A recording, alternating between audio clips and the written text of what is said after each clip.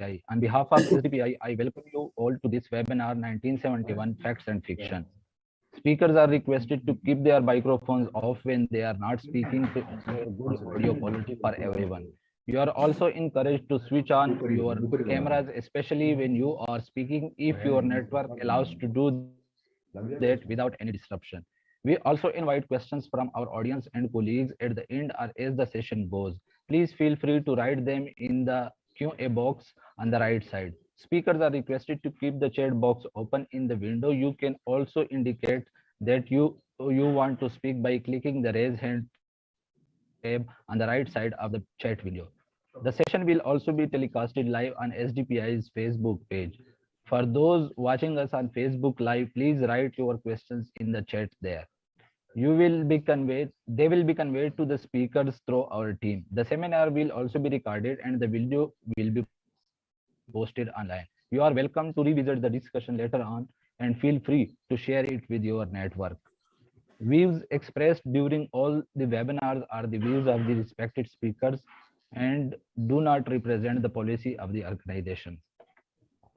Our panel for today include Mr. Maroof Hassan. Mr. Maroof Hassan is Special Assistant on Information and Broadcasting to the Prime Minister. He is a political and security strategist and the founder and chief executive officer of the Regional Peace Institute and an independent think tank based in Islamabad. Welcome you, sir. Our second panelist is Lieutenant General Amjad Shoaib. Lieutenant General Amjad Shoaib is famous defense analyst and former chief executive and managing director of Fauji Fertilizers Company Limited. General Shoaib was commissioned in Pakistan Army in 1965. He graduated from Command and Staff College, Quetta 1974 and from National Defense College, Islamabad in 1986. He rose to the rank of Lieutenant General and retired as Adjutant General Pakistan Army in March 2000. General Shoaib holds two master degrees from Punjab University, Lahore and Qaid Azam University, Islamabad. He has also done his graduation in mechanical engineering. General Shoaib's professional experience include advisory roles and position as chief executive director and chairman of numerous financial institutions, corporate companies and industries. Our third panelist is Ambassador Abdul Basit. Ambassador Abdul Basit is a retired Pakistani diplomat who served as the former High Commissioner of Pakistan to India. He was appointed to his position in 2014 and was based at the Pakistani High Commissioner in New Delhi. Previously, he served as Pakistan's ambassador to Germany from May 2012 to March 2014. During his career, he has been posted in Moscow, New York, Sana, Geneva, and London. He is currently working as President Pakistan Institute of Conflict Security Studies, Islamabad. Our fourth panelist is uh, Commodore retired Nauman Chaudhry. Commodore Nauman Chaudhry is retired decorated one-star admiral from Pakistan's with 35 years of vast command staff and instruction experience within and outside Pakistan. His expertise includes Pakistan-Afghan region crisis and stability control and post-war reconstruction.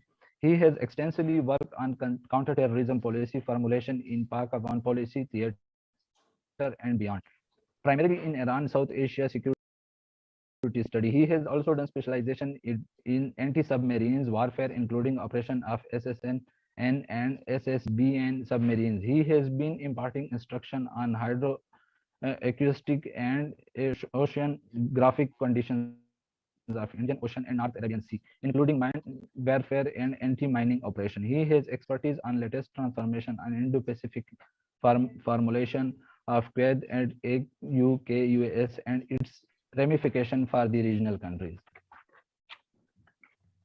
Our fourth panelist is Brigadier Mohammad Zishan. Brigadier Mohammad Zishan is vastly experienced military officer, especially in the spheres of strategic foresight and communication. An armor officer has varied experience of command, staff, and instruction assignment in his 31 years career. His experience includes association with think tanks, both domestic and international, has conceived, planned, and organized multiple international conferences, include a two-day Cairo Dialogue Trade and Security Conference at Cairo, Egypt in September 2018. Presently, Director General CPSD at Islamabad since January 2021. 2020.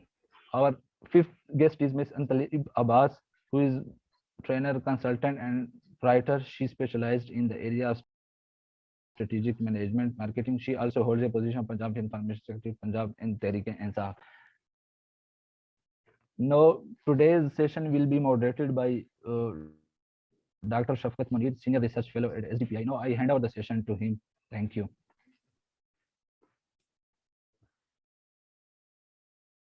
Thank you, Amjad, for your introduction and housekeeping announcement. Ladies and gentlemen, I would like to welcome all the distinguished panelists here. Two of them will join us later, Dr. Amjad Shoaib Saab and Brigadier Zishan Saab, because they are in another session now at the moment. They will join us in later part.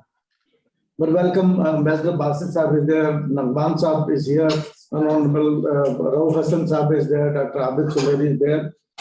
To start with, the topic we are discussing today, 1971, 50 years on, separation of East Pakistan and what happened at that time and what has been the propaganda at that time and how it worked.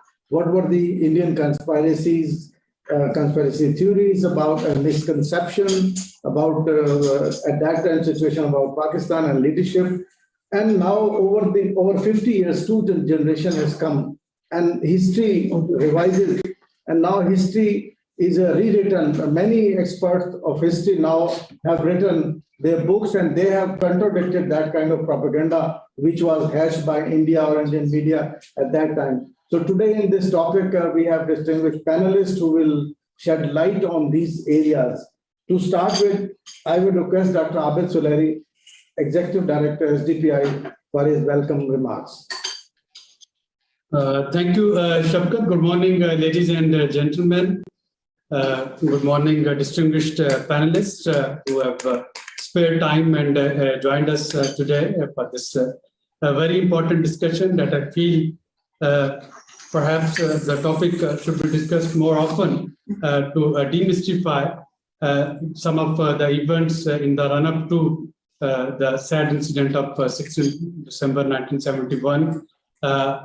How and what happened, what were the conspiracies of our enemies there, what were our own governance problems, and try to learn some lessons for some sustainable future and, of course, sustainable governance in Pakistan.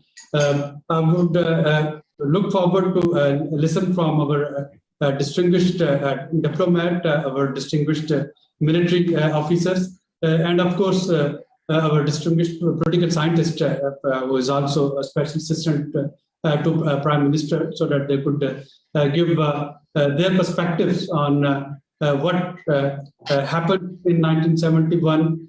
They could give their perspective, what were our weaknesses that got exploited by Indian politicians and Indian army, and they can also tell us some way forward that how we can avoid disintegration in society in future.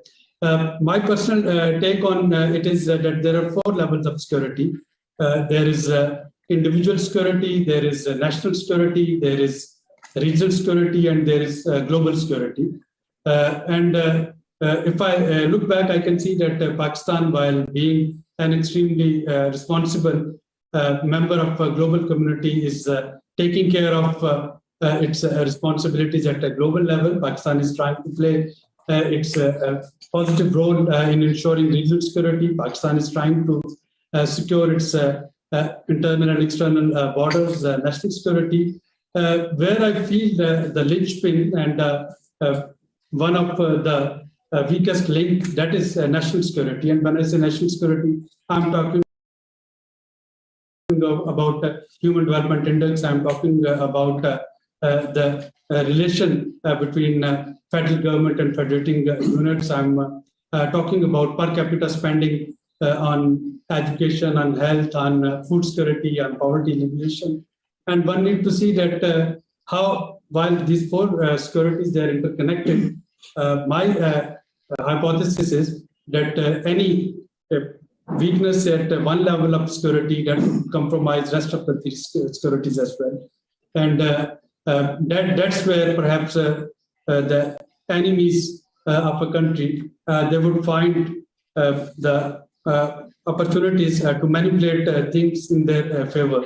And this is what we need to learn, and this is what we need to listen from the veterans and the specialists, that what went wrong, how did India got this opportunity to exploit and manipulate it, and to achieve its objective, and what are the lessons that we can learn going forward. Thank you very much. Thank you, Dr. Abid Sir, for your welcome remarks. And certainly you have raised some question which we will listen from our panelists to set the scene and give some idea about what happened, and from the perspective of military security, because we have Commodore Nagman Chaudhary Sahab here. He has an expertise here. He's a security analyst as well. And particularly now in the regional situation, what is the Quad and Ox kind of alliances are there. And at that time also, there was some sort of formation at that level. So I would like to hear from Nagman Chaudhary Sahab, because, sir, here some youngsters are also listening to us, because this is a new generation where we have to actually tell them the historical perspective. Thank you, sir. Over to you, Nagman Chaudhary sir. Thank you very much. We just, I was informed yesterday about this, that the event is about to take place, but it's a great learning opportunity for all of us. And it is the key which probably has been missing since long. We need to discuss more often than not about the debacle of 1971.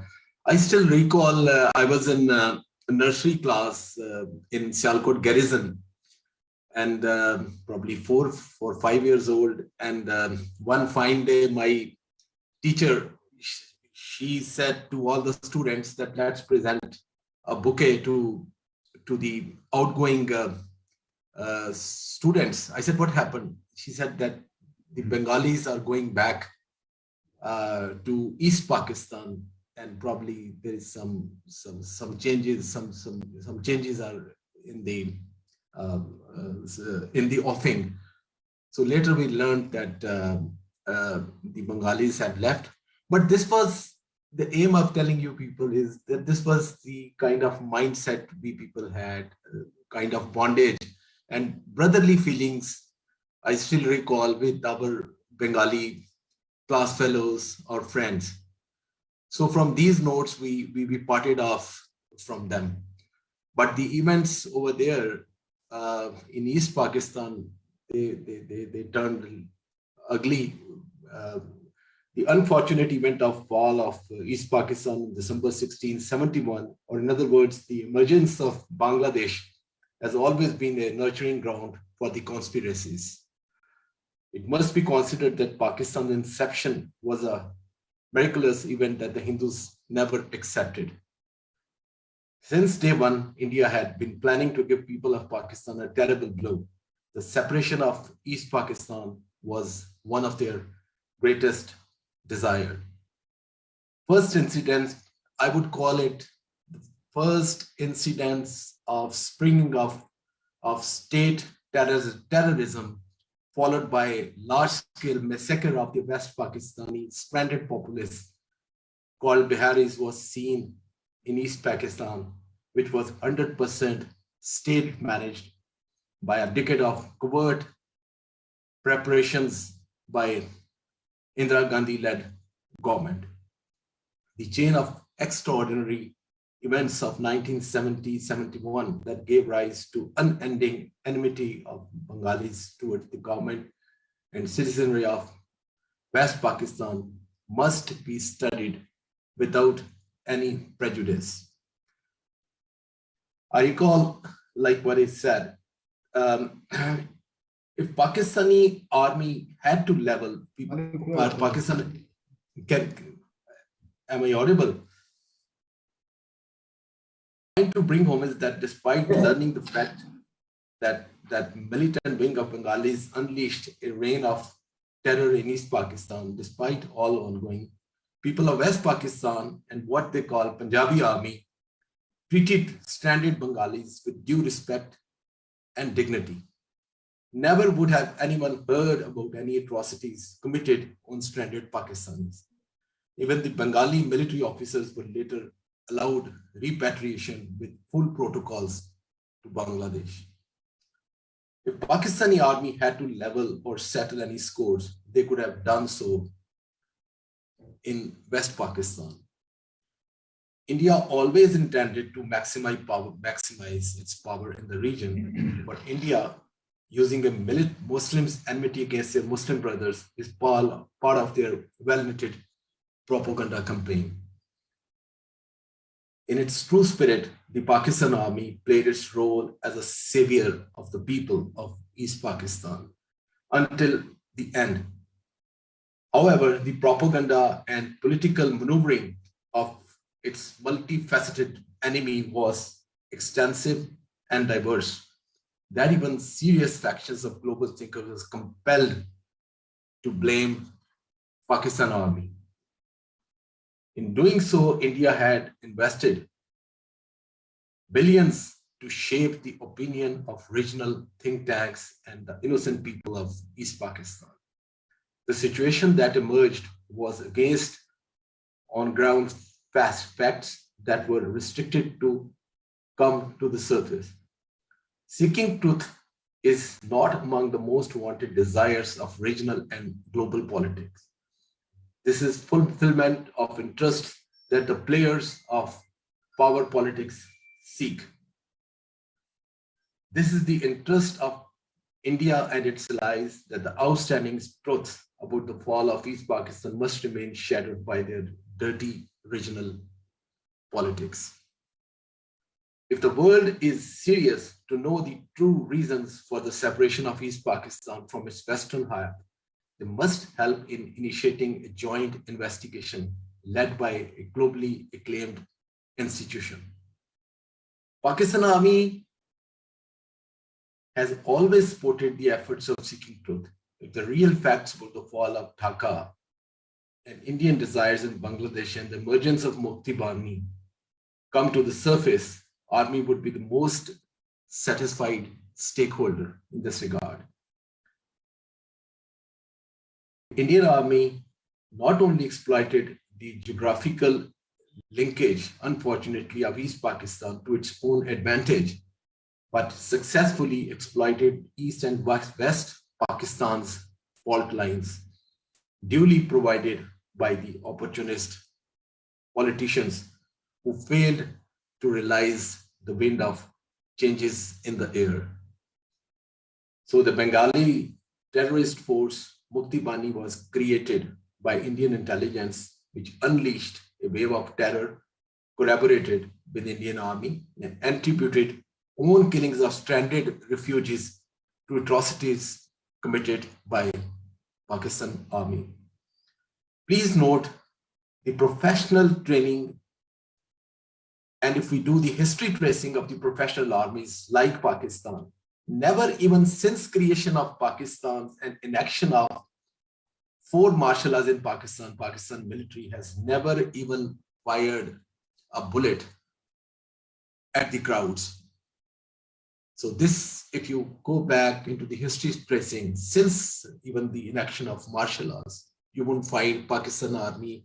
It is well entrenched hierarchical army, a professional army, which has never ever done or played that kind of a role which leads to that kind of atrocities.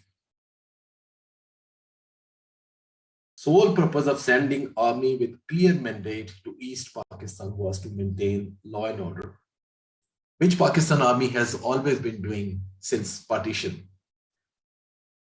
It is well left at maintaining peace since partition.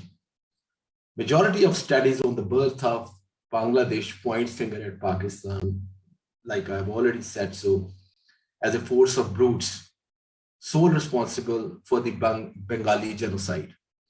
Estimates of those killed in war go beyond. This is what they have been propagating, 2 million, and few sources in the Bangladesh, they it even transgressed above 3 million. Speculations have been on the basis of this projection and not on the exact count of those killed in 1971. The narrative of Pakistan Army being oppressor and Bengalis being oppressed is a widely sold narrative. This has unfortunate linkages with some of our faults too, where Pakistan, with the then military leadership, did not encourage foreign media to come to Bangladesh and witness these events, while the Indians took massive advantage of this vacuum and this, I would call, inward-looking timidity. It was exploited to the most. Probably the Indians had well rehearsed about the launching of a wide-scale media campaign during 1971 tensions. Bengalis' stories of heroism and Indian propaganda has sure roots in obvious downgrading and downplaying Pakistan Army as projecting it as an oppressor. Present days Bangla government's political aim is amicably served to project Pakistani Army as bad boys. This has linked with their rise of nationalism. This brimming injection of nationalism and heroic stories give rise to Bangla nation twice a year ever since independence of Bangladesh. So what the pattern that we have been witnessing is every year in March and every year in December, this injection is given by Bangladeshi government to its people to project Pakistanis as oppressors. So this has been on since the independence of Bangladesh. Media warfare has been successfully, it continues to be waged to the detriment of Pakistanis. The facts are otherwise and rightly covered by some of the eyewitnesses. Unfortunately, if you dare to ask Bangladeshis once they rant about their heroism story as to who fought the war of their liberation. Pakistan Army, who were deputed in Bangladesh, was performing their duties to maintain law and order situation. India launched a separatist movement in East Pakistan, and formation of Mukti Bani was also part of the movement. Youth from all over Bangladesh were recruited at Mukti Bani. Indian Army trained them close to their native places. Guerrilla bases were created inside Bangladesh, consisting of houses where they could be provided shelters, food, and information about the objectives. Each base was under Bengali politicians supported by Indian government, responsible for conducting psychological warfare to break the morale of Pakistani forces and strengthen the Bangladeshi psychological ops. For example, in Khulna district, some Bengali carried out actually massacre of non-Bengali workers in jute mill. The number of those killed was so large that at one point the river was choked in the blood of non-Bengalis. They were mainly Urdu-speaking Muslims migrants from Bihar who had fled India on the eve of partition. On March 28, 71, their fellow Bengali workers slaughtered a large number of them, sometimes by using clinical methods of slaughter in what Oxford academicians Sharmila Bose, in her brilliantly researched book, Dead Reckoning, Memories of Bangladesh War, calls slaughterhouse, set up for what purpose inside the mill by Bengalis. She was unfortunately made very controversial, and her publications were also made very controversial. The exact number of those who lost their lives will never be known. A reasonable estimate is several thousand men, women, and children. According to testimony collected by Bose, their blotted corpses clogged the rivers for the days. This occurred before the Pakistan Army even started its wide-scale operation. After its defeat on December 16th, with Bangladesh's independence established, Khulna's Bengali mill worker repeated the bloodbath that they had perpetrated previous year and consigned thousands of non-Bengalis to the rivers. Those kills were indiscriminated, treated as traitors who had supported Pakistan and were declared spies of the Pakistan army. One complete battalion of Pakistan army was massacred by own unit Bengali 2IC, along with the Indian army people disguised as Bengalis. Columnist Ayn Jack in his write-up dated May 11, 2011 in The Guardian made an important revelation which referred to an important source which had been responsible for blowing up all happened in East Pakistan out of proportion. The Pakistan government, led by General Yahya, was anxious to project the army's role as bringers of order to a country that was sliding quickly towards civil war. One must not lose sight of the paramilitaries, who were mainly Biharis, had been at the most genocidal in their persecution of Hindu Bengali men, whom they believed as a group to be disloyal. Again, credit goes to one of these brilliant writers, Shamila Bose and others, which projected a very true picture of genocide.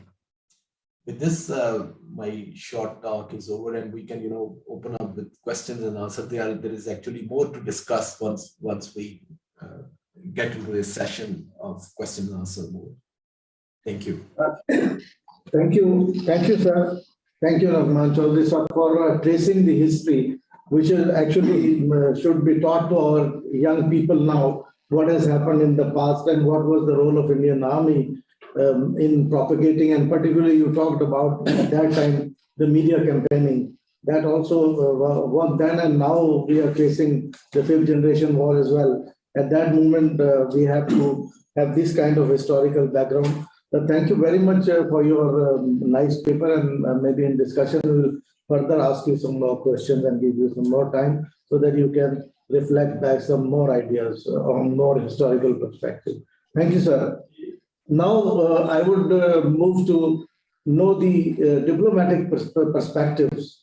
What diplomatic things could have been at that time, and which were, and how at that time India did diplomatically, and what we need to clarify at that time and what we need to take up at the moment. Over to you, Ambassador Abdul Basit Saab, for your perspective.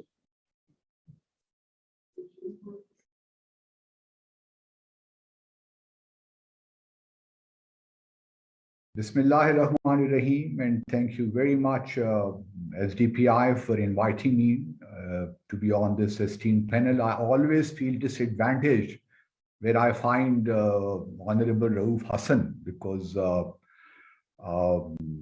his canvas horizon is so broad that I feel really, as what can I say in his presence. But in any case, I will now fulfill the ritual, being a panelist, say something and try to contribute as much as I can, but I would be rather very brief. When I was in India as Pakistan High Commissioner, I had many occasions to meet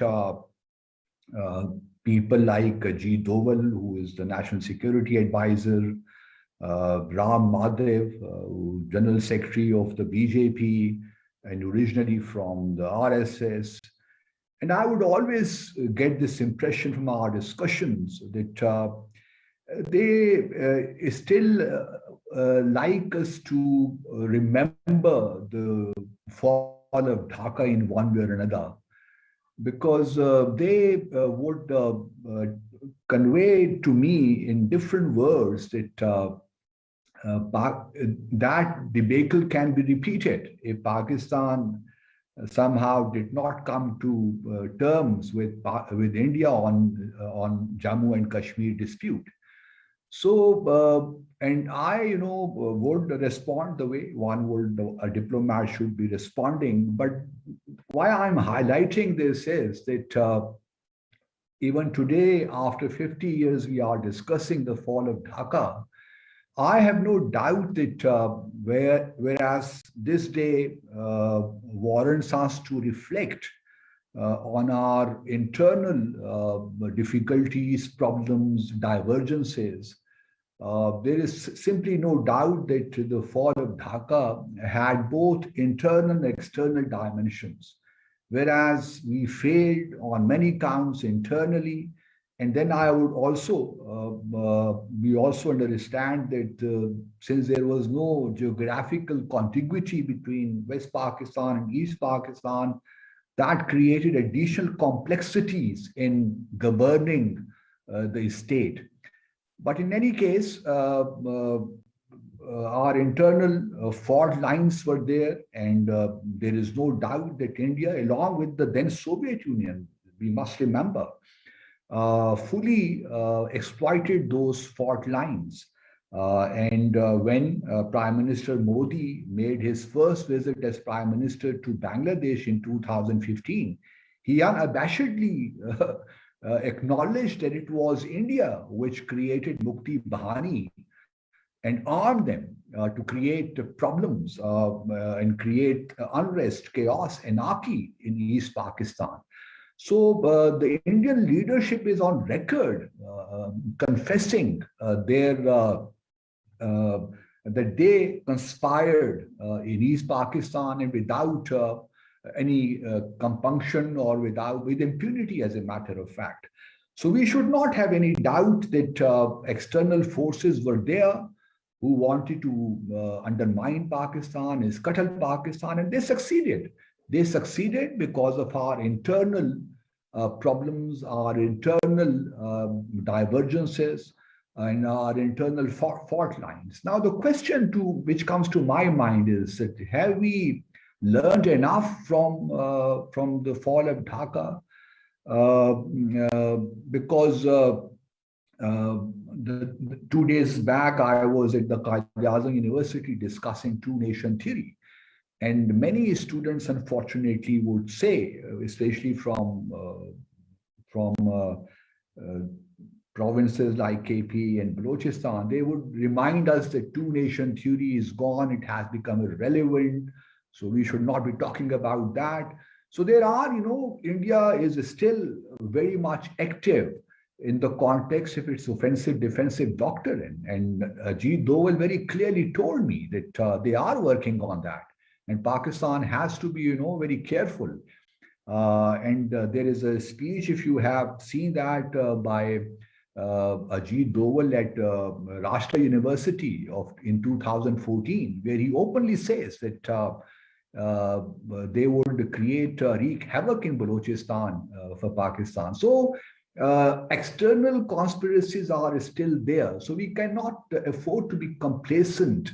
And we need to really work overtime in order to ensure that those mistakes are not repeated in any manner. So what I'm trying to say is that there were internal problems, there were external conspiracies in 1971 and earlier than that even, because there is no doubt that India played a major role in stroking those fault lines. My own feeling is that obviously the sixth point also needs to be, some people in Pakistan would say, oh, elections were held, so why 6 points of Sheikh Mujibur Rahman were not accepted by Pakistan. You see, if we had accepted those 6 points, that would have opened up Pandora's box for Pakistan. We would not have even been able to keep the present Pakistan, the West Pakistan, in its present status, because it was so dangerous, and it was meant to aim at weakening Pakistan, the entire country from within. So there was no question for Pakistan to accept the 6 points of Sheikh Mujibur Rahman, because that would have been suicidal for Pakistan. So my own feeling is that the people of Bangladesh, who were the mainstay of creating Pakistan, as a matter of fact, because the entire Pakistan movement, if you look at objectively, emerged from Bengal. And I still do not subscribe to the viewpoint that the people of Bangladesh wanted to separate from Pakistan. Even if today you go to Bangladesh, you will find so much affection for Pakistan that it is unbelievable. So Mukti Bahani was created, armed Mukti Bahani was created for a purpose, to damage Pakistan, to undermine Pakistan, and the external forces succeeded. Let's be honest about it.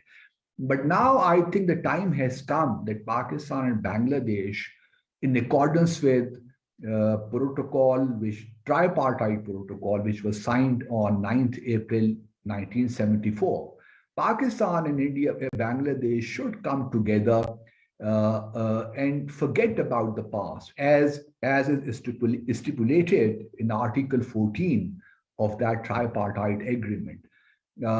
Obviously, there is a question of, Bangladesh has been asking us formally to apologize for what was done in 1971. Now, I think that the 1974 protocol takes care of all these things, because Sheikh Mujibur Rahman was he signed on behalf of Bangladesh. And Article 14 very clearly says that the people of Bangladesh have forgotten about what happened in the past. So let's, it is important that our two countries make a new beginning, reach out to each other. We know that India would again try to create chasms between our two countries, but Pakistan should not be, should not be constrained by such by Indian conspiracies. We should work out our own policy, devise our own methods as to how we will reach out to Bangladesh, because at the end of the day, people who question that, the very raison d'etre of Pakistan, they should understand that Bangladesh, after its creation, did not rejoin West Bengal or India. Instead, it preferred to join the Organization of Islamic Conference at that time, now cooperation. So Pakistan should be now moving with confidence, in my view. Fall of Dhaka provides us the occasion to introspect, to reflect with confidence, because Pakistan has come a long way, and there is no need for us to be apologetic about anything, because a number of countless books have been written on this issue, and the recent one is this Tormented Truth, 1971 and beyond, by Sultan M. Hali. And he has very effectively countered the 14 myths which Indian narrative, tried to project. But those are trivial matters. We need to focus on the broader strategic level, strategic issues which confront Pakistan today, confront this region today. And unless we do that, unless, if we continue to be bogged down in trivia, then my fear is that we will end nowhere. Important is to transcend those peripheral issues. What happened, so happened. We can't be stuck in history, but we should be learning from that episode, which was a tragedy, no doubt. But we should now learn to move on. And Pakistan, by and large, has learned to move on. Though this day reminds us, it will come every year. But now in order to really, we should turn the page. And in my view, we should reach out to Bangladesh. I'm very glad to see that the current government, at least, had sent the right person as our High Commissioner to Dhaka. He is trying his best, and there have been exchange of letters between the two prime ministers. And the next step, I think, should be either our prime minister visiting Bangladesh or Bangladesh prime minister visiting Pakistan. And we should break the ice now. The time has come. And I'm sure the government must be thinking along these lines.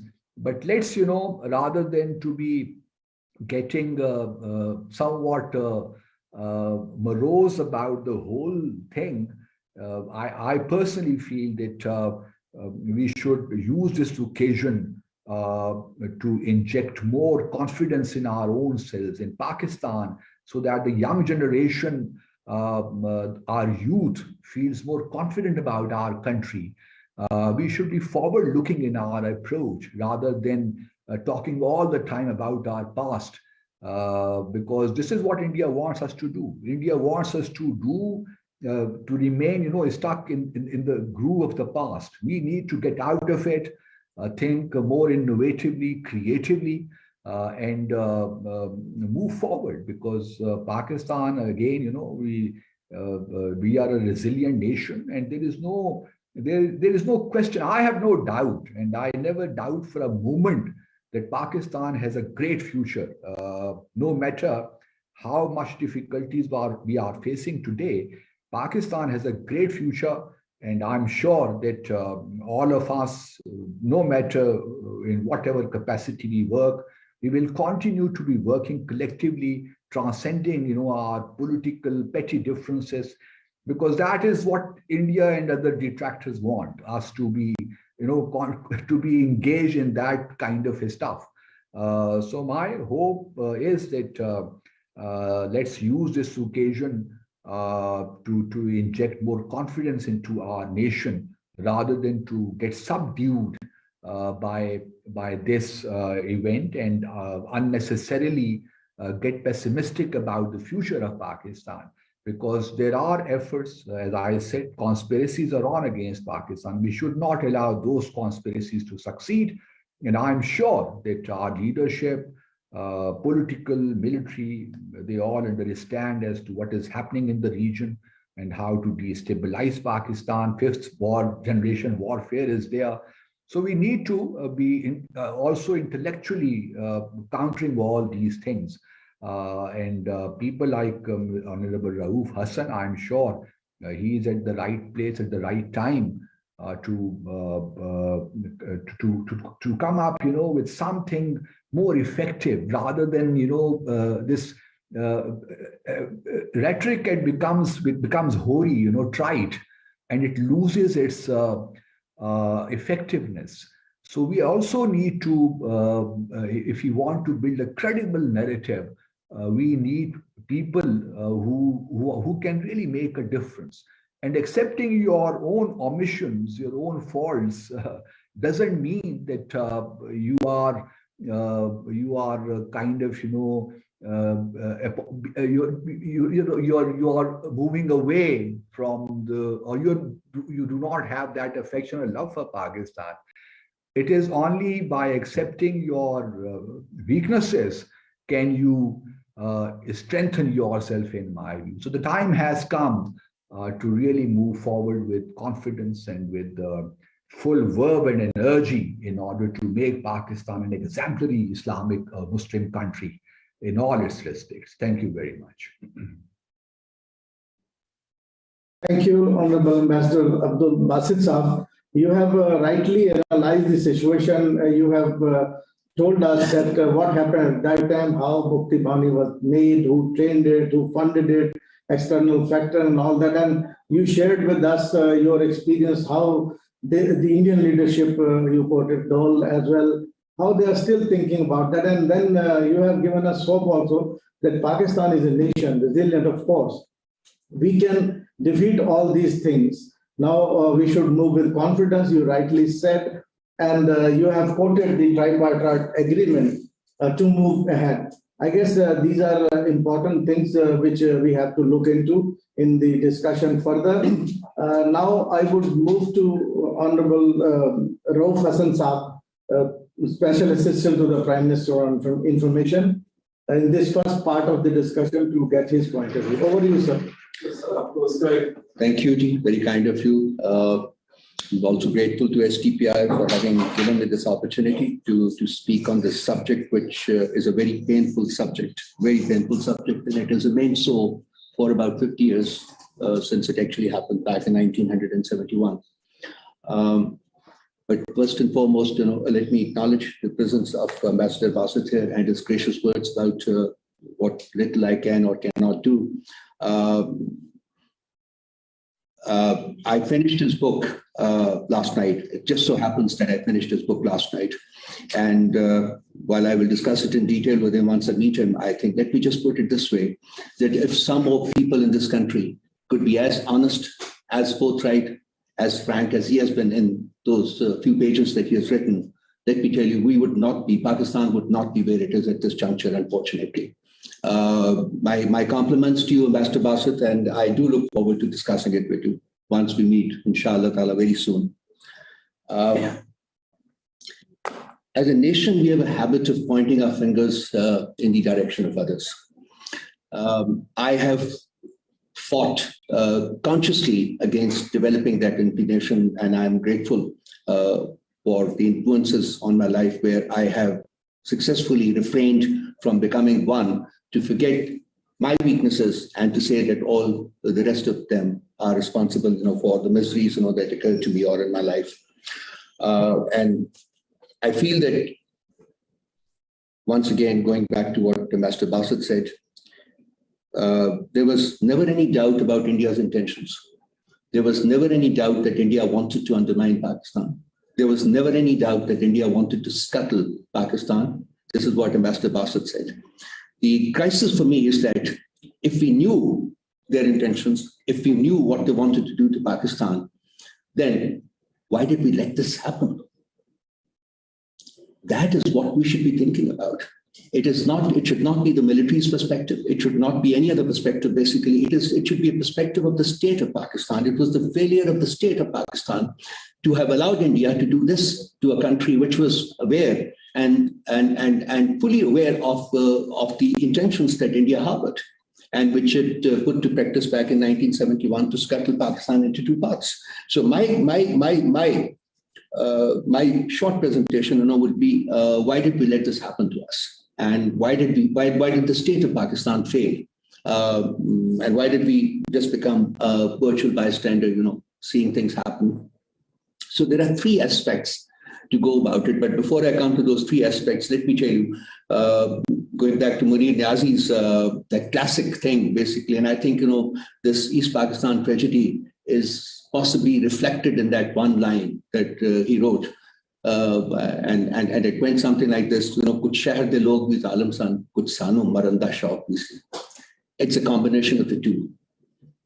And let's not concentrate exclusively on one, the intentions of others. Let us also begin concentrating on our failures. Where did we go wrong? Where is it that we were not able to comprehend all that? So I would say there are three phases to discuss this. There are three phases to look at it. One is the pre-operation phase. Then second is the operation itself. And the third is the post-operation phase. The pre-operation phase is the period from 1947, when Pakistan came into existence, to 18 years later, to 1971, when it was split in two. What did we do? What did the state of Pakistan do, which incensed the feelings of our Bengali brothers and sisters, that they could actually support a movement for separating their part of the country from the rest of the country? So this is a pre-partition, pre-71 phase, and then the operation itself, and I can go through the technicalities because I've had the pleasure of association with the military for a very short period in my life, so I can look at it in the context of what could possibly be achieved and what could possibly not be achieved. In short terms, about 1,500 kilometers long border with India of East Pakistan, 3 Pakistani divisions pitched against 15 Indian divisions, 150,000 trained Mukti Bahini soldiers, and about 50,000 of Indians clothed in Pakistani uniforms, who infiltrated into the former East Pakistan or Bangladesh from time to time. But let's come to the pre-operation phase first and discuss it in pre, because I can go on talking about it. What happened? I would not like to go all the way back to 1947, but there's one incident which I must point out, which is the 1948 incident when Qaid-e-Azam Muhammad Ali Jinnah announced that Urdu was going to be the only official language of Pakistan. And this led to the language riots, what we generally refer to as language riots. And I think they continued till 1958, when, virtually 10 years later, when we finally acknowledged that Bengali would also be one of the national languages. So why was there a need? I'm not pointing a finger at anybody. We all make mistakes, basically. But it should possibly have been remedied much earlier than that. Then I would jump to 1968, which was the transition period from Ayub Khan to Yahya Khan, and the holding of elections in 1970, and the intervening period between the holding of elections and March of 1971. What happened? Who said what? That brought the situation to a point where we had to suffer the consequences. There were 300 seats in the National Assembly and the then National Assembly. In the election that was held, Awami League secured 160 out of 300 seats, which works out to about 53% of the total electorate in Pakistan at that time. And People's Party, the second largest party, won 81 seats out of 300, which works out to about 27% of the total electorate that voted in those elections. Awami League's share in East Pakistan was 99%, 160 seats out of 162 seats. People's Party's share in Pakistan, West Pakistan, was 81 seats out of 138, which works out to about 58%. So this was the layout after the holding of the election. The problem is not one's disagreement with 6 points. The problem is that the election was fought by Awami League, by Sheikh Mujibur Rahman, on the basis of those 6 points. This is historically true.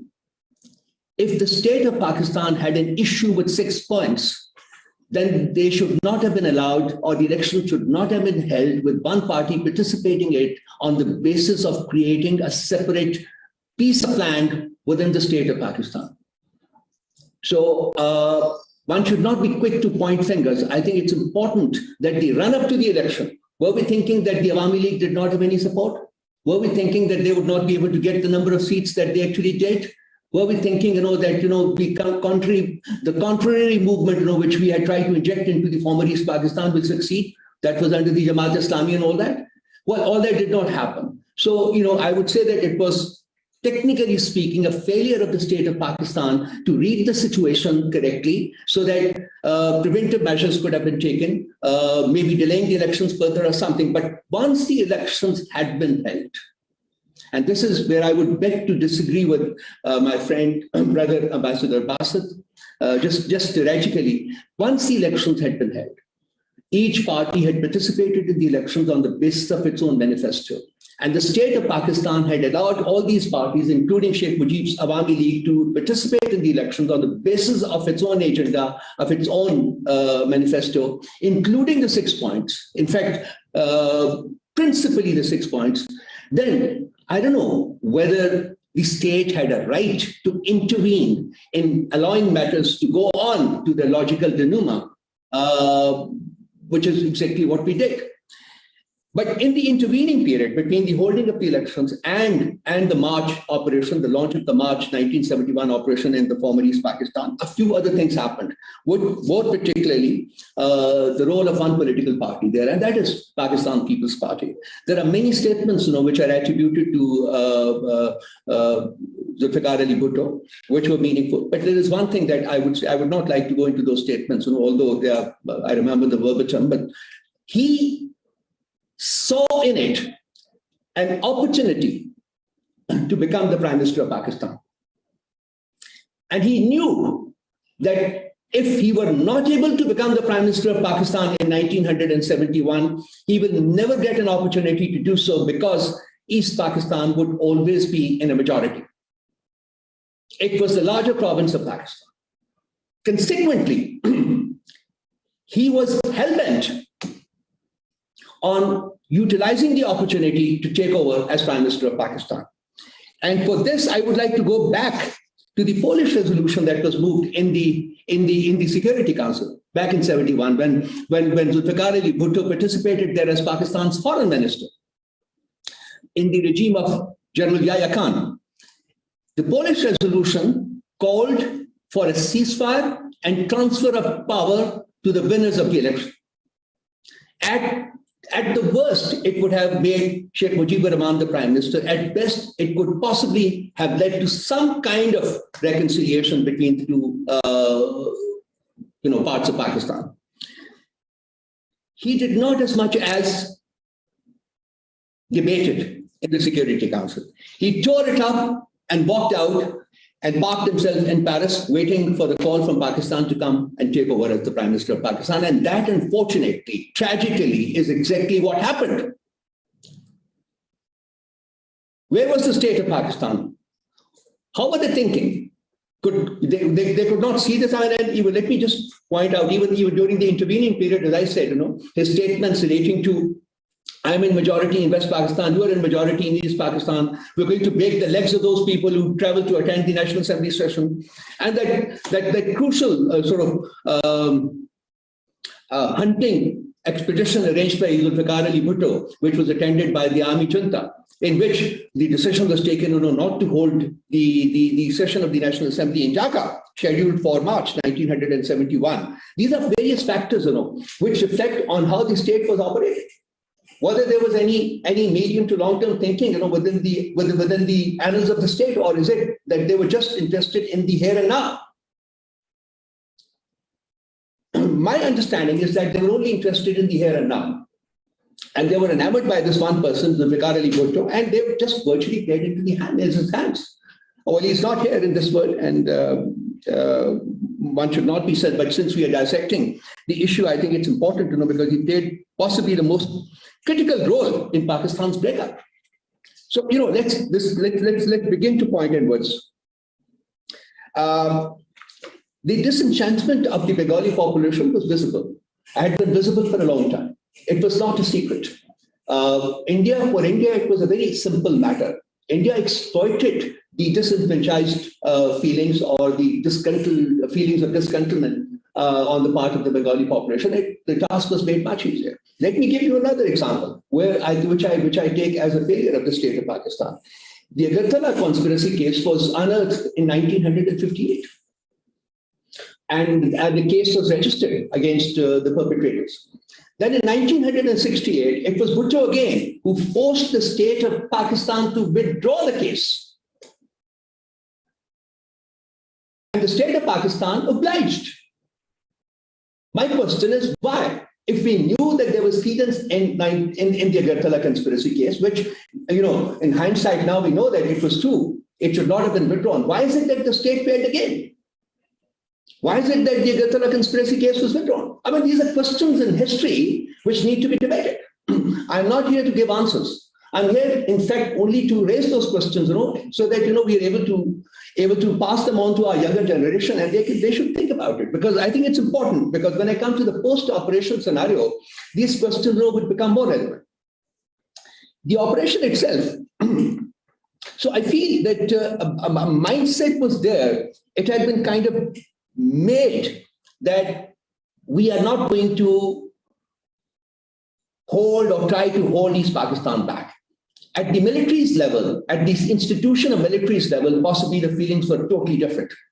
But at the political level, at the governmental level, we had already given up. And this is, in fact, my principal point that I wanted to make, that we had virtually given up on the former East Pakistan. We knew that it was going away because militarily, it was a mismatch. In the former East Pakistan, with the number of officers that we had, number of troops that we had there, and the number of troops that we were confronting, both across the border from India as well as from within the East Pakistan itself, in shape of Mukti Bahinis or in shape of the Indian soldiers, fighting there wearing Pakistani military uniforms, or the ordinary Bengalis. Let's not forget that by then the Bengalis had, they were riding the bandwagon. Let's not forget the fact, that Mujibur Rahman had won 161 out of a total of 163 seats in the former East Pakistan. Reflected the confidence that the Bengalis had reposed in his manifesto, including the 6 points. So, we were fighting an adversarial Bengali population. So, it was a no match at all. The fact, that we fought so bravely, and the heroic instances of many officers and many Jawans, who gave their lives but did not surrender. I mean, these are some of the golden chapters in the history of Pakistan. But then, once again, I would come to the state. The state made the army go through this. The state made the army go through a battle that it should not have entered in the first place. So, my reference to the failures, in the pre-operation phase, when we were not able to effectively counter the Indian machinations, which were aimed at scuttling Pakistan, as the Master Bassett said, yes. And we allowed them to succeed. We let them succeed. Now we come to the post-operation phase, which in certain respects is even more important than the first two, which is, have we learned anything from the debacle of East Pakistan in the last 50 years? Have we worked at changing our approach, our appraisal, our understanding, and our response to the events which have taken shape or which will continue to take shape in the future? What is the level of unanimity among the political forces in this country with regard to the state of Pakistan and the inviolability of the state of Pakistan? Aren't we still hearing slogans of Sindhu Desh? Aren't we still hearing sounds of Pashtun nationalism? Aren't we still hearing some other sounds emanating from Balochistan? Why is it that we have not been able to generate the cohesion which is necessary for any state to function effectively for the betterment of its people? Why is it that we remain a divided lot? Why is it that we feel that, I'm only interested in my objectives and I'm not interested in any other objective of the people of Pakistan? Why is it that every political party in this country is only catering to its own interests? Why is it that we have such militancy here? Why is it that we have such enormous amount of religiosity in this country? Why is it that we take everything to an extreme? Why can't we be more moderate? Why can't we be more inclined to living peacefully with people who may not agree with us? And these, Ambassador Bassett Saab and my other friends who are part of this webinar, these are serious matters. And I sincerely believe that even today, 50 years after this huge tragedy that occurred, we have not learned from that tragedy. We continue to point fingers at others. We refuse to look inwards and see where is it that we went wrong and where is it that we are still going wrong and how can we stall this process of degradation? How can we become a more cohesive country? How can we become a more cohesive people? So that we can all focus on where Pakistan should be led to and how best it can be led to their destination. That, unfortunately, we're still not very, very, very clear about. Even when I look around, even at this stage, basically, we are still faced with Indian intentions, negative, destructive Indian intentions. India has not changed. Have we changed?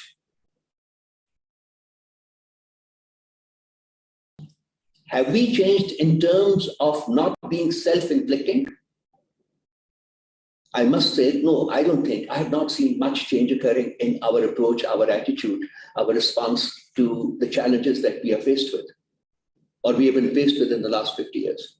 I'm very happy, as Ambassador Bassett has pointed out, that this government is taking some initiatives to reconcile with Bangladesh.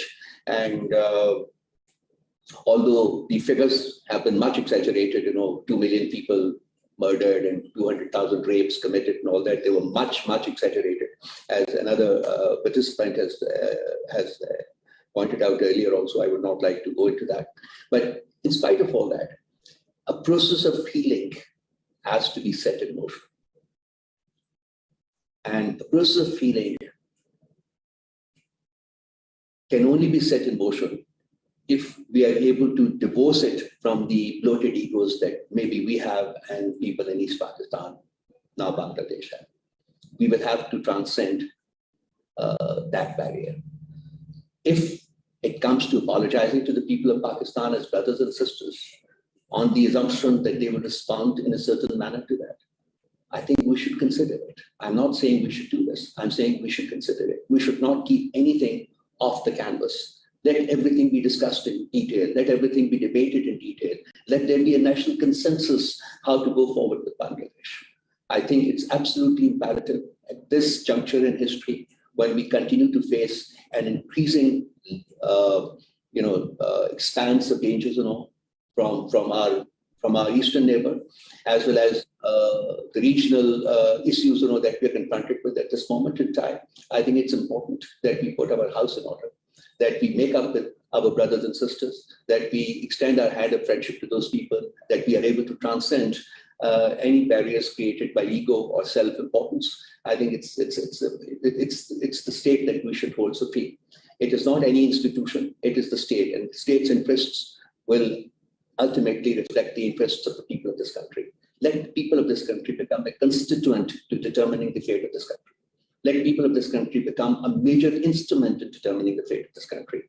I think this is the change of attitude, this is the change of approach that I envision, and I think unless we do that, unless our policies are well thought out, unless our policies are well debated, unless our policies are conceived in an environment of frankness, honesty, and forthrightness, I don't think those policies that are born out of truncated discussions will serve the cause of Pakistan. It is Pakistan that we should hold supreme, and I would finish here, but I would definitely expect to discuss it further, once we move into that phase. Thank you very much. Thank you, Rokasan Saab, for your talk. And particularly, you talked about the political scenario or political perspective. And you also, traced the history pre, during, and post. And you rightly mentioned that the allegation or the propaganda hedged by India at that time about the rapes and other things, you rightly clarified that it was exaggerated, rather it's a propagated things.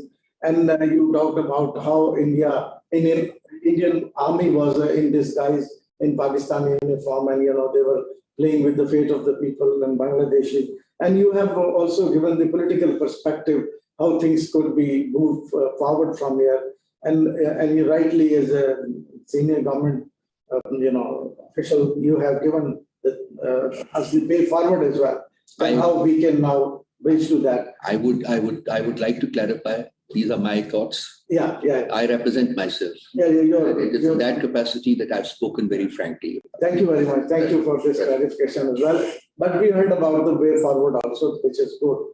In the second round, I would again move to Commodore Nagman Chaudhary Saab for his further thoughts, because one of the questioners we received from the audience, that also partly you have touched one point, which was about the role of political parties and the political leadership at that time. Rauf Saab has addressed, and one is about how the diplomats at that time were taking it up at internationally. I will refer it to Basa Saab after Nagman Saab speak about the situation on that. Over to you, Nagman Chaudhary Saab.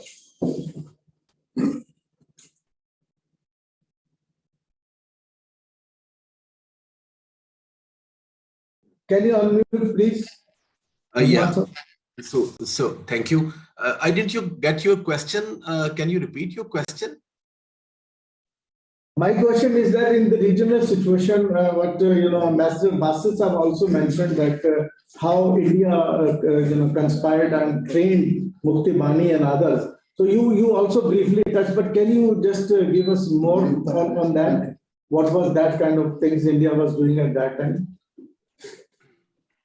Yes, I have already covered a bit part of that. That India was since partition. If we delve back into their the narrative, they never accepted the two-nation theories, that separation of subcontinent into two states. So since partitions, they have been working on these issues since long. So they wanted to separate, and they managed successfully, and to exploit these fault lines within Pakistan. But here, I think we should all deliberate on some of the lessons learned as what happened and what next. We must prevent the recurrence of such incidents, or like we are already passing through tough times. It's been more than 50 years, and if we look back at the state of unrest in our country, we need to draw a lot of more lessons out of these. Some of the questions out of this separation of Bangladesh, or the creation of Bangladesh, there are some questions which I have noted it down for myself, that we should have actually to start with alleviated the sufferings of the people of East Pakistan. We knew, our leadership knew, that we were geographically apart by more than 1400 kilometers. Our cultures were different, our traditions were different, but we didn't try to narrow these gaps between the Bengalis and West Pakistanis and the East Pakistanis. Since partition, like the previous speaker has amply touched upon one of the point, that was the language issue, language right. Bengalis were in majority. I think we should have been soft on that request. Like Sweden or the Switzerland, it has more than 15-20 languages. What was the harm? Second, right from Pakistan came into being, they started complaining about the job opportunities, their proportionate ratio. We could have actually alleviated these or addressed some of these issues. Until 71 or 70, earlier 60, late 60s, there was a perception in Bangladesh or East Pakistan that the proportion of Bengalis recruits in military was very less. Actually, it's not true. I have done a bit of history tracing, and if we go back into the history, we would see that the recruitment process of Britishers after 1857 or 1873, they never hired people from East Pakistan, and they always preferred hiring people from the plains of Punjab. So the proportion of, even before partition of Pakistan, there were 33% people recruited in the British Army from the plains of Punjab, and the proportion of Bengalis before partition was less than 1%. In fact, once Pakistan came in being, I think their proportion was substantially increased to 3%. I suppose by 1971, the proportion of Bengalis over there was much more than what it was in 1947. We have drawn another one lesson over here, unfortunate lesson, but religion, it does not unite two nations. Let's be honest about that. So the geographical boundaries, traditions, cultures, they play their part. We also have to get a lesson, and that is the role of extra regional forces and the players, alliances, friends, what we have been banking on since Pakistan came in being. And in 71, we found ourselves, to be very honest, high and dry. We didn't see Americans coming in to rescue us. We didn't see the Chinese even. So all started looking here and there. So we left to ourselves.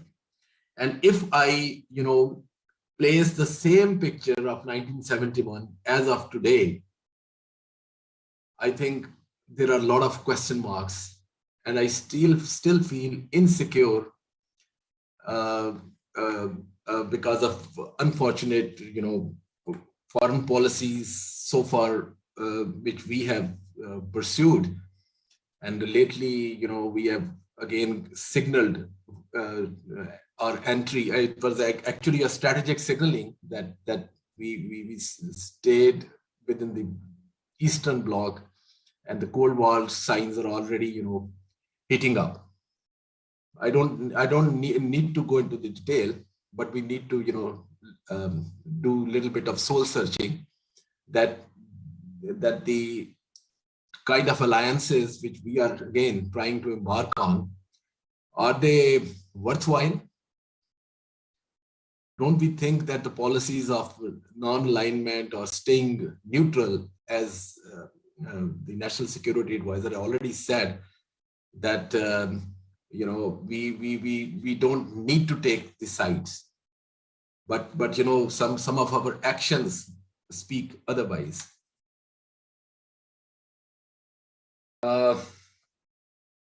So these are some of the factors which probably we should think about, and we should draw lessons from the past. Again, a question arises that why, once we knew the winds of changes, and once we knew that logistically will not be able to provide any supportability to whatever was going on in East Pakistan. It had direct geographical linkages with India, but unfortunately, we sent the winds over there, and we could not sustain that. Wish we could have found.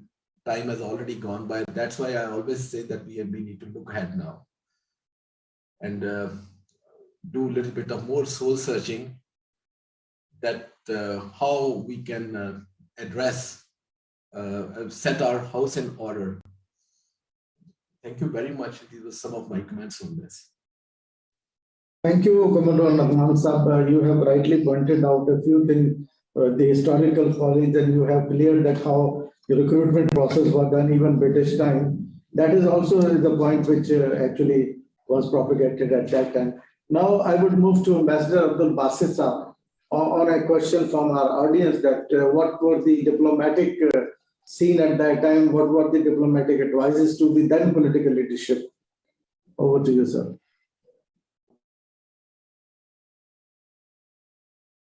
Unmute, please. Unmute, please. Thank you very much. And Pakistani diplomats were then obviously working under the guidance of the then Foreign Minister Zulfikar Ali Bhutto. I deliberately avoided, discussing those things, and I mean, whatever he said, I fully concur with him. Now, let me, read something or share this thing with your audience.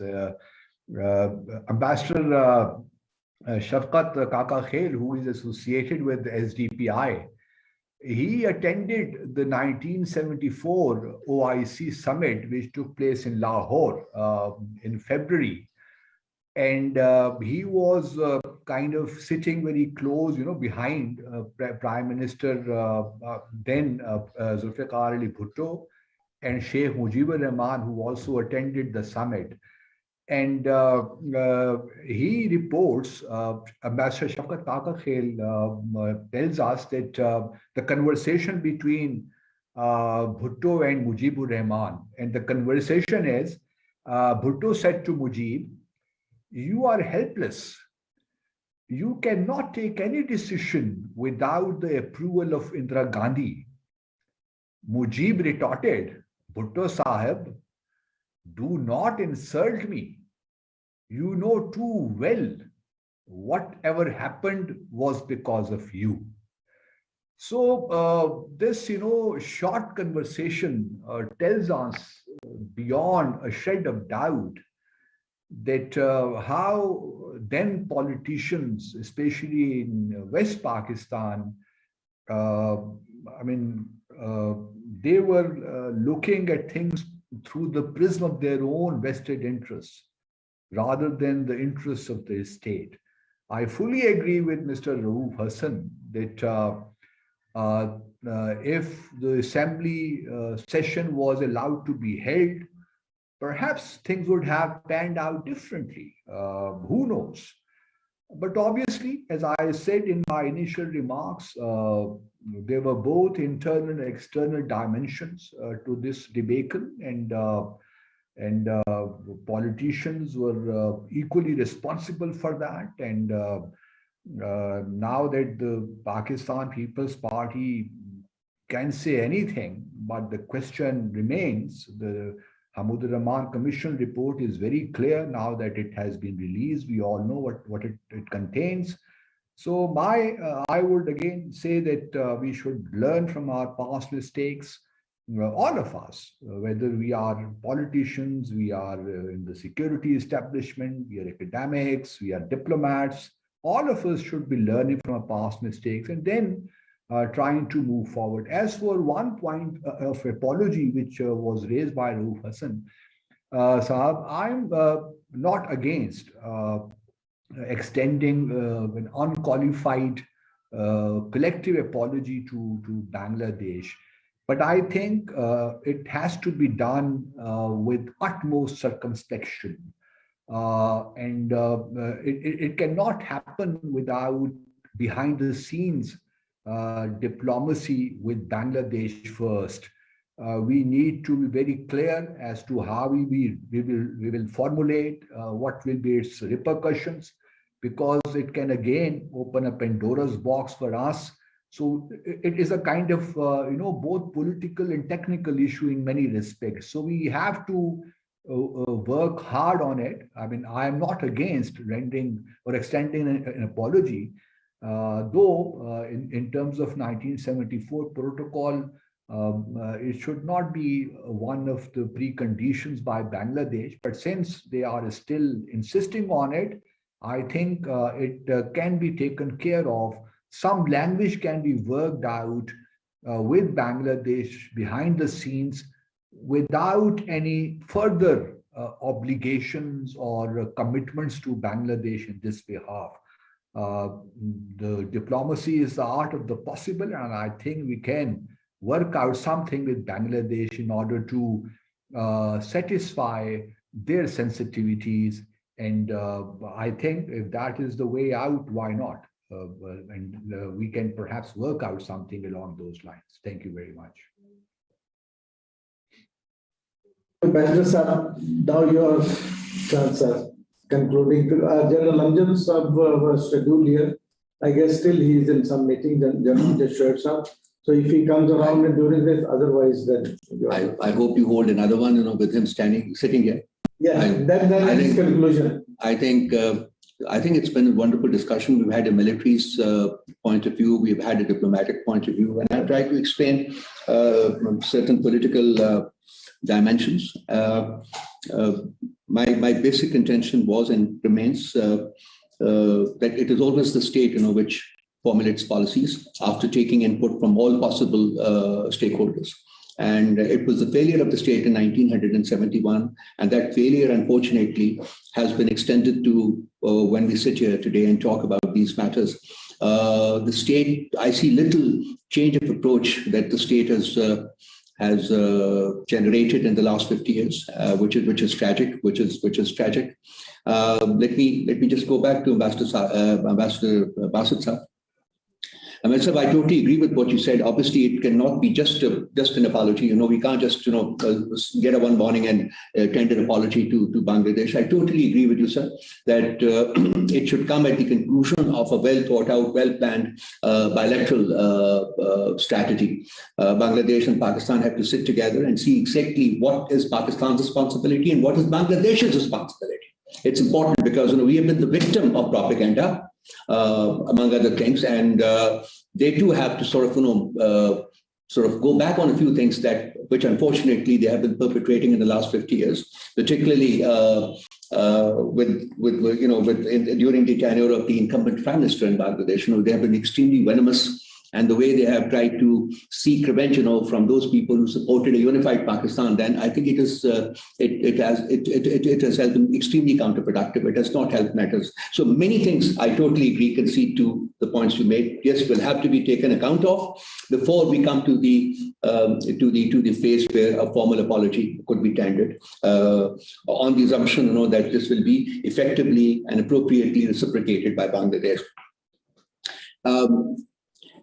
What are the lessons which emerge from the 71 tragedy, which, as all the participants have contended, which have more or less gone sort of unnoticed or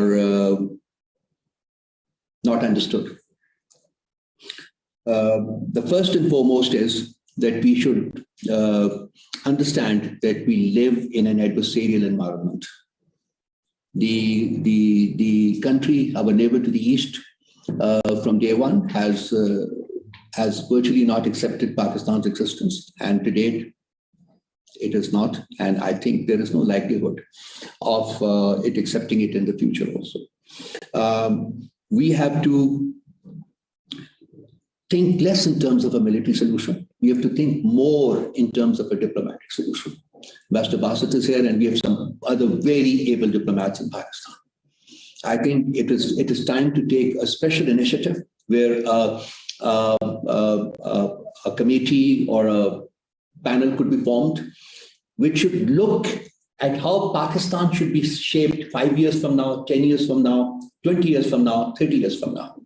And what are the constituents of that progression into the future? Let us have a blueprint of Pakistan, let's say in 2050 or even beyond. And this task should be assigned to our able diplomats. They should sit together, lead the team with input from all of the constituents, including the military, including politicians, including everybody else. But the task of formulating the support or this charter should rest with the diplomats. I think it is absolutely vital that we do it. Number one. Number two, inwards, we must look at all those factors which are today adversely impacting the unity of Pakistan. Foremost is religiosity. I have written so often on the subject, much to the angst and anger of others, but let me put it categorically, that the biggest threat that we face internally in Pakistan today to our unity, to our success in the future, is religiosity. You have to the state, it is the state's responsibility to moderate things in a manner that they do not become a danger to its sanctity and its survival. The quotient of religiosity has reached a point where it is actually becoming a threat to Pakistan's unity and survival. I think we have to take it. The ulama should be taken on board. Other people who have interest in Pakistan's future should be taken on board. But it has to be a very objective and a very analytical report which should come up again. How to handle this factor. At this moment in time, there is no mechanism. I don't see any mechanism which comes into automatic operation, to control the mushrooming of these illiterate, indoctrinated, obscurantist people who are out sloganeering without realizing the consequences of what they're doing. So religiosity is the other factor. First, Pakistan in 2050 and beyond, to religiosity. The third is the element of cohesion that we need to create. And I stressed on this. Now, it's impossible to have a country of 22 million people where everybody says the same thing in the same context, in the same manner. No, it is not possible.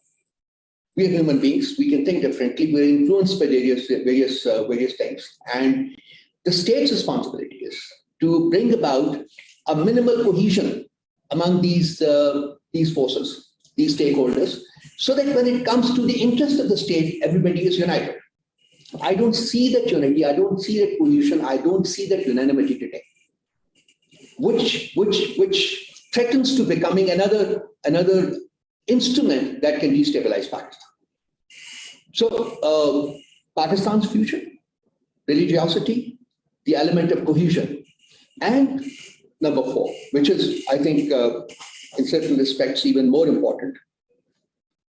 We have to decide whether the system that we have in this country, which is the parliamentary system, does it suit the people of Pakistan, the kind of people that we have, the kind of influences which are generated in this country? Does it spring up merit? Or we need to bring about certain changes within the system so that it becomes more aligned with the interests of the state of Pakistan. We talk about Mujibur Rahman's 6 points, but we refrain from talking about the 18th Amendment. Part of Mujibur Rahman is contained in the 18th Amendment. We don't want to talk about that. And that 18th Amendment was adopted unanimously by the Parliament of Pakistan. So it's important to see how much have we distorted the parliamentary system that it has become virtually inimical to the Federation. This is a critical point. And I think this task can also, go to some people basically who are more literate, in the art of the legal jargon and everything else. So I think, these 4 issues I would put on the table for all of our friends to think about, to deliberate, and to come up with credible and sustainable solutions. We can't fight our way through. We can't continue fighting our way through. We've done it for 73 years. We're exhausted. We're drained. We have to work together. But there has to be a mechanism to be able to work together. And that mechanism is missing at this moment in time. There's much too polarization in this country. We have to heal.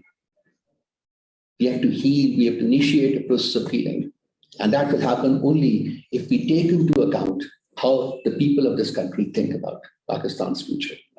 Very grateful to you. Thank you. Thank you very much. Audience, you have heard about 3 perspectives: the military perspective, the political and diplomatic perspective of the issue. I guess you got a lot of insight from this discussion. Obviously, this subject is not that which could be concluded just in one sitting. We will keep discussing certain issues in future as well.